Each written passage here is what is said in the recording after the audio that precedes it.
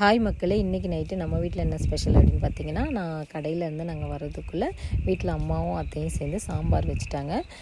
காடை முட்டை ஃப்ரை பண்ணிடலாம் அப்படின்னு சொல்லிட்டு ஒரு 6-7 முட்டையை வேக போட்டேன். அம்மா சொன்னாங்க, முட்டையை வேக வைக்கும்போது அதில் வந்து உப்பு போடு, அப்படின்னா தோல் உரிக்கிறதுக்கு ஈஸியாக இருக்கும் அப்படின்னாங்க. அது மாதிரி பண்ணேன்.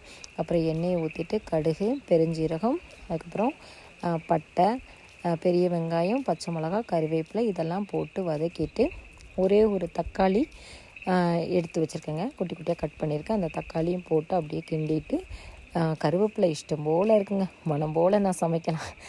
கருவேப்பிலை வந்து அதிகமாக யூஸ் பண்ணலாம்.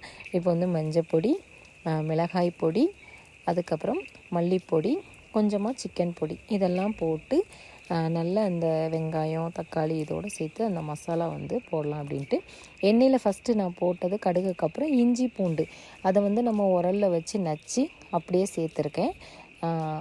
முட்டை வந்து வெந்துருச்சு. அந்த முட்டையை உரிக்கிறதுக்கு அம்மா வந்து நான் உரிக்கிறேன் அப்படின்னாங்க.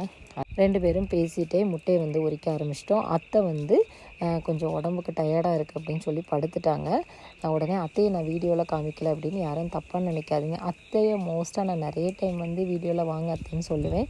அவங்களுக்கு இந்த வீடியோவில் வர்றதில் அவ்வளோவா இஷ்டம் கிடையாது. அதனால தான் நான் அத்தை வந்து அடிக்கடி வீடியோஸ் எடுக்கிறதில்ல. ஒரு 2 வீடியோவுக்கு மட்டும்தான் வந்திருப்பாங்க.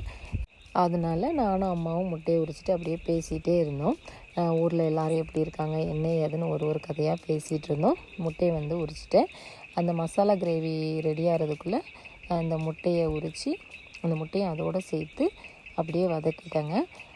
இப்போது மல்லியில போட்டு இறக்கிடலாம் அப்படின்னு சொல்லிட்டு எல்லாம் சரியான மழைங்க, இடியோடு கூடிய மழை இன்றைக்கி வந்து நம்ம ஏரியாவில் மழை பெஞ்சிச்சு.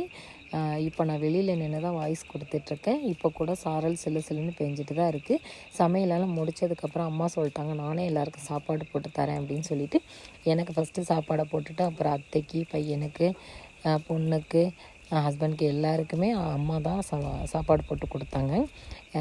நமக்குமே எப்போதுமே அம்மா கையால் சாப்பாடு வாங்கி சாப்பிட்ணுன்னு ரொம்ப ஆசையாக இருக்கும் இல்லையா? அதனால சரிம்மா நீங்கள் போட்டு தாங்க அப்படின்னா, நீங்கள் சாப்பிடுங்க அப்படின்னா, இல்லை நீ ஃபஸ்ட்டு சாப்பிட்டு அப்புறமா நான் சாப்பிட்டுக்கிறேன் அப்படின்ட்டாங்க. நானும் என் பேத்தியும் ஒன்றா உட்காந்து சாப்பிட்டுக்குறோம் அப்படின்ட்டாங்க. அதனால் எனக்கு சோறு போட்டு சாம்பார் ஊற்றி, எனக்கு அப்பளம் ரொம்ப பிடிக்கும்னால அப்பளமும் பொரித்து, அத்தை அரைச்ச புளி துவையல் அதையும் வச்சு எனக்கு சாப்பாடு கொடுத்தாங்க. அம்மா இங்கே வந்தாங்கன்னா ரெஸ்ட்டே எடுக்க மாட்டாங்க, வேலை செஞ்சுட்டே இருப்பாங்க. நான் சத்தம் போட்டாலும் கேட்கவும் மாட்டாங்க. அது என்னென்னா, நம்ம ஊரில் பெண்கள் வந்து அவங்களுக்கு சும்மாவே உட்கார முடியாது, எந்த நேரம் வேலை செஞ்சுட்டே இருக்கணும். அதே மாதிரி தான். இந்த வீடியோ பிடிச்சிருந்தால் மறக்காமல் லைக் அண்ட் ஷேர் பண்ணுங்கள். அவங்க எல்லாருக்குமே குட் நைட் மக்களே. தேங்க்யூ.